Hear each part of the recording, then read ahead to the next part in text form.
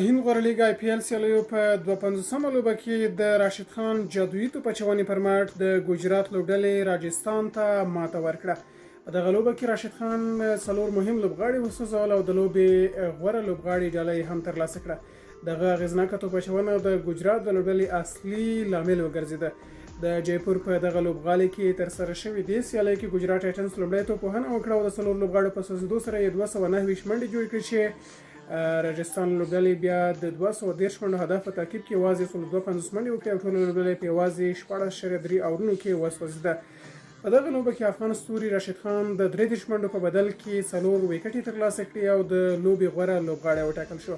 په سیال کې چې شوبمن ګیل د غوره کارکردګۍ له امله د دغه سیالیو یا په ټوله کې دغه لوبې د اغیزناک لوبغاړي ډالۍ ترلاسه کړه.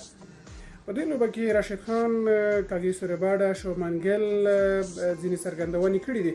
راشد خان ویلي دي چې زه ډېر خوښ یم او تېرو دوو پړاوونو کې زما لپاره حالت یو څه نه څه لږ غیر عادي و او سږکال هڅه کوم له لوبې خوند واخلم او پر سم ځای په دوامداره ډول توپ اچونه وکړم او تر اوسه له خپلې کارکردګۍ څخه خوښ یم. دی وایي چې کله چې مې عملیات وکړه یوازې 2 میاشتې وروسته بیرته میدان ته راستون شوم چې هغه وخت مې لویه تېروتنه کړې وه. د تیر آی پی ایل پای ته رسېدو وروسته مې 2-3 میاشتې استراحت وکړ او فار فټنس مې کار وکړ او هغه ریتم چې زما لپاره مهم و په توپ اچونه ما له لاسه ورکړی و او وروسته مې په 100 یا سلبلیزه لیګ سیالیو کې هم ښه کار وکړ او بیرته عادي حالت ته راغلم. البته کله مې وایي چې لومړی توپ اچونه کوله نو پوه شوم چې ویکټ زما لپاره مرسته کوي او ما هڅه کوله د توپ سرعت بدل کړم او که د سټمپونو لرې شي نو توپونکي ته هم چې دی اسانه کېږي چې منډه واخلي او یا څلوریزه ووهي. نو ما غوښتل چې هم اوږدوالی او هم کرښه چې دی په سم ډول باندې وساتم. هندي سپینرانو سره مې وایي کار کول ډېر خوښ دي او ډېر ښه روان دي او موږ له ډېر وخت راهیسې یو ځای یو او دا مهمه ده چې داسې لوبغاړي د شاوخوا اوسېږي. کله چې دلته راځم د هند په بېلابېلو میدانونو کې د توپ اچونې په اړه باندې ښې خبرې کوو او زه هم خپلې نړیوالې تجربې شریکوم.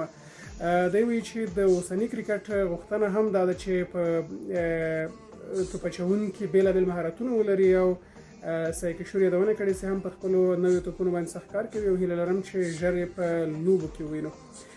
همدا ډول کاګیسو رباډا هم ښه بالینګ کړی چې دی وایي هر لوبغاړی هوډمند دی. زه خپله هم وایي ډېر زیات هوډ لرم او هر چاته وایي ځانګړی رول سپارل شوی دی او هڅه کوي چې تر خپلې وسې پورې غوره کارکردګي وکړي. شوبمن ګیل ویلي دي چې لوبغاړو ترمنځ خبرې روانې وي چې موږ لا تر اوسه پورې بشپړه لوبه نه ده کړې او زما په اند باندې موږ له اړتیا 10 یا تر 15 زیاتې منډې هم جوړې کړې دي. نو ځکه د سپینرانو په وړاندې شپږیزه او څلوریزه وهل هم اسانه نو موږ پوهېدو که په پاور پلی پر مهال باندې څو ویکټې واخلو نو لوبه به هم زموږ په ګټه تمامه شي. البته باید ووایو چې شوبمن ګیل د لوبې پیل نه وړاندې هم څرګندونې دا کړې وې چې دوی به د خپل هدف نه یو څه نه څه 10 یا 15 منډې زیاتې کوي چې نن یې هم هماغه کار ترسره کړی او دلته په خبرو کې هم دا خبره ترسره کړه.